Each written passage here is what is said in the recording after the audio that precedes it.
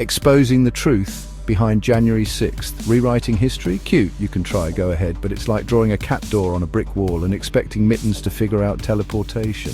Spoiler alert, Mittens is still stuck on the wrong side, and that stain on America's rug, yeah, that's the truth. No amount of historical revisionism can scrub that out. Think about it. We're in 2025. Trump is back in office. He's talking about pardoning the January 6th insurrectionists. Let that sink in.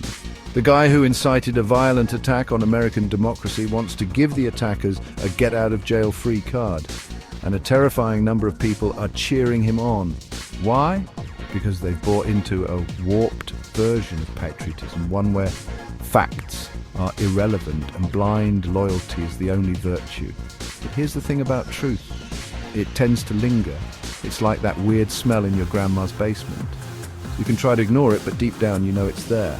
And just like the truth about January 6th, the reality of Puerto Rico's colonization is something we need to confront.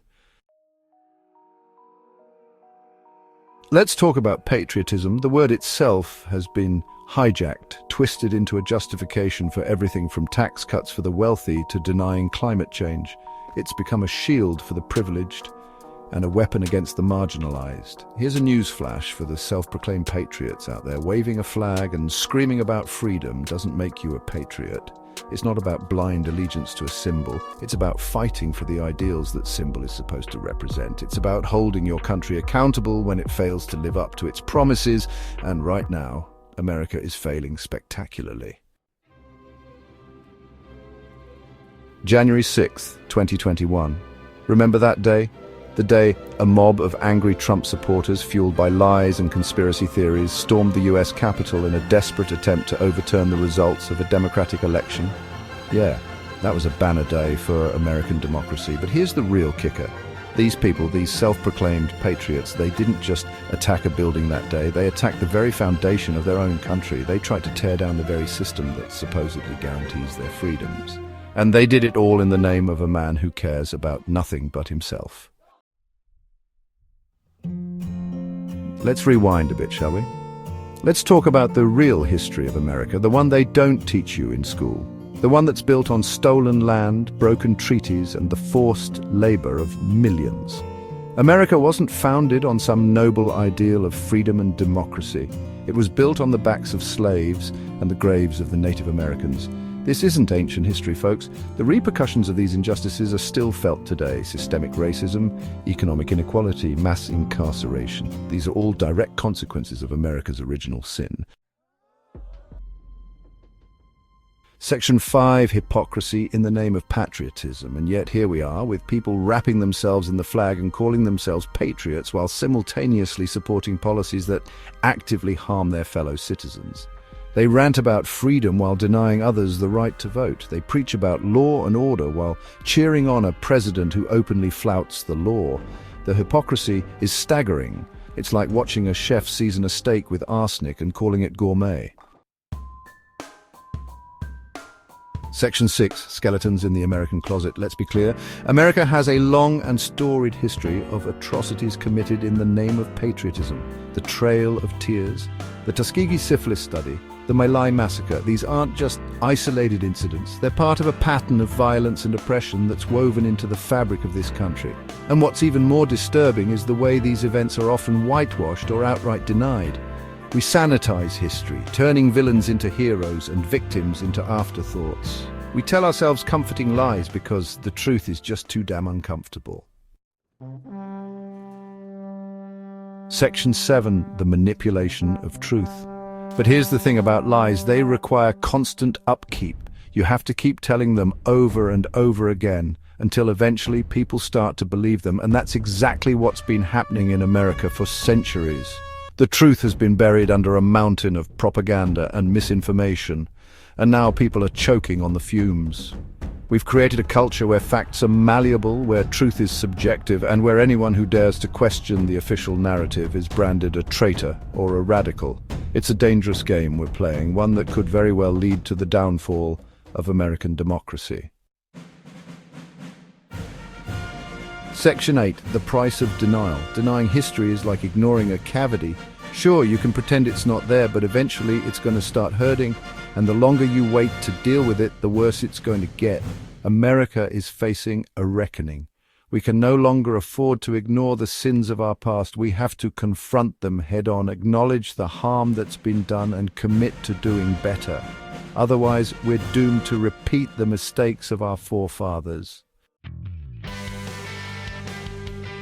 Section 9. Reckoning with the real America. So what now? Well, the first step is to start telling the truth. The whole truth. The ugly, uncomfortable truth about America's past and present. We need to teach our children about the genocide of Native Americans, the horrors of slavery, and the ongoing legacy of racism and discrimination. We need to stop glorifying criminals and start honoring the real heroes, the activists, the whistleblowers, the ordinary people who have the courage to stand up for what's right, even when it's unpopular. We need to stop being afraid of the truth and start demanding it, because the truth, as they say, will set us free, or, at the very least, it will stop us from stepping on the same rake over and over again, metaphorically speaking, of course. Although, knowing America, someone's probably going to try to weaponize a rake any day now. Take a moment to reflect on these historical events and consider their impact on our society today. How can we learn and grow from our past to create a better future? Puerto Rico, an island rich in culture and history, has long lived under the shadow of colonialism. Let's delve into this often overlooked chapter of American history. Gap 2S. The colonization of Puerto Rico began with the arrival of Spanish explorers in 1493, led by Christopher Columbus.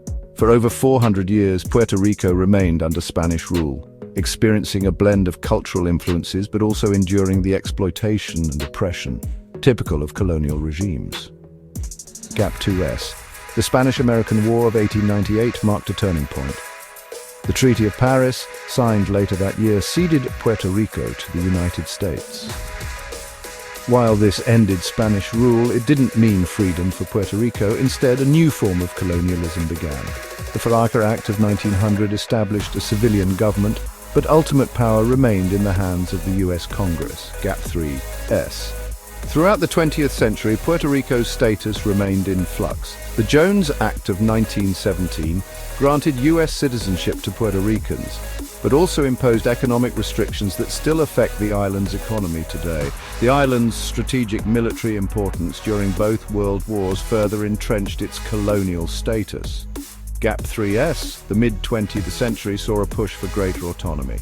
In 1952, Puerto Rico became a commonwealth, a status that provided some self-governance but fell short of full independence or statehood.